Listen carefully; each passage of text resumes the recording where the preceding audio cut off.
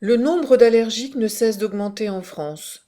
On estime actuellement qu'un Français sur trois est allergique.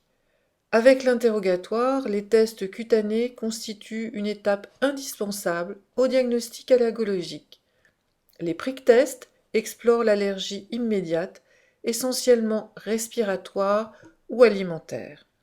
Ces tests sont fiables, peu douloureux et contre toute attente peuvent être réalisés chez le petit enfant et même chez le nourrisson. Il consiste en l'application de gouttes d'extrait allergénique sur les avant-bras chez l'adulte et plutôt dans le dos chez l'enfant et le nourrisson. Une légère piqûre est ensuite effectuée au travers des gouttes avec une petite pointe. La lecture des tests s'effectue 15 à 20 minutes plus tard avec la mesure du diamètre de la papule et de la rougeur correspondant à chaque extrait allergénique testé. Nous allons développer dans un premier temps l'intérêt des tests cutanés dans le diagnostic des allergies respiratoires dont les allergènes aériens ou pneumallergènes sont les principaux responsables.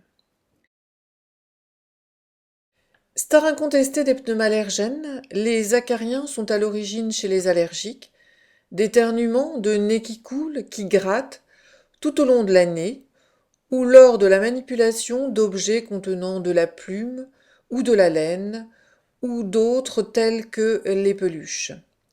Ils peuvent aussi déclencher rougeur et démangeaisons au niveau des yeux ou de véritables crises d'asthme caractérisées par une toux associée à des sifflements et un essoufflement.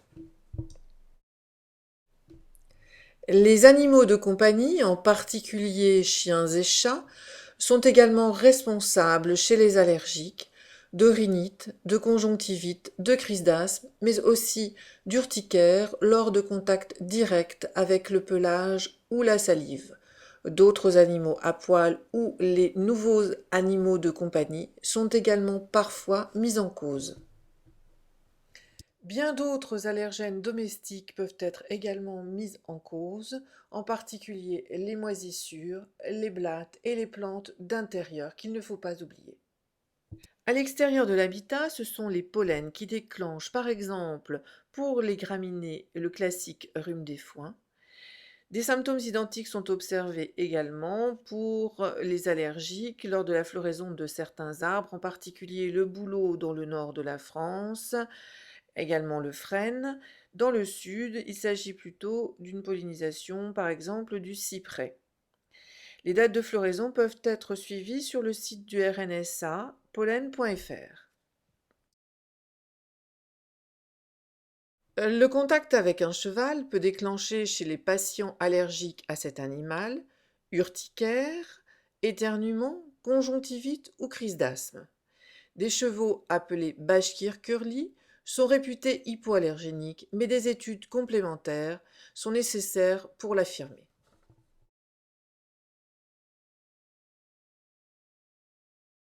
Les tests cutanés ont également leur place dans le diagnostic des allergies alimentaires, dont la fréquence est estimée chez l'adulte à 4% et chez l'enfant à 8%. Chez l'enfant et le nourrisson, les principaux allergènes sont l'œuf, l'arachide et le lait. D'autres aliments sont de plus en plus cités. Un bilan allergologique est nécessaire en cas d'apparition d'urticaire, d'œdème de Quincke, de choc anaphylactique ou de crise d'asthme pendant ou rapidement, de quelques minutes à quelques heures, après un repas. L'allergie alimentaire peut également, chez certains enfants, déclencher des poussées d'eczéma atopique ou des troubles digestifs. Le lait en est le principal exemple puisqu'il peut déclencher des diarrhées avec cassure de la courbe de poids chez le nourrisson ou une constipation ou un reflux gastro-œsophagien. Les allergies alimentaires croisées sont beaucoup plus fréquentes chez l'adulte. La plus connue reste l'allergie croisée pollen de bouleau, pommes, noisettes, carottes, fruits à noyaux. On peut également observer une allergie à la crevette et à l'escargot chez les allergiques aux acariens, mais cela n'est pas systématique.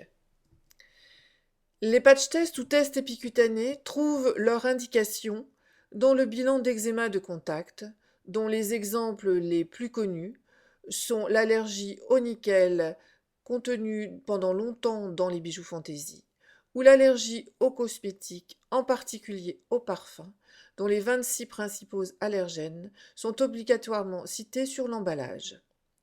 L'eczéma observé lors de la réalisation de tatouages temporaires, mode assez répandu sur les plages, est dû essentiellement au paraphénylenediamine, normalement utilisé dans les teintures capillaires. Le diagnostic d'allergie repose ainsi sur une concordance exacte entre une positivité des tests cutanés et l'histoire clinique. Dépister au plus tôt les allergies permet l'identification des allergènes responsables, rendant plus aisée la prise en charge globale de la pathologie.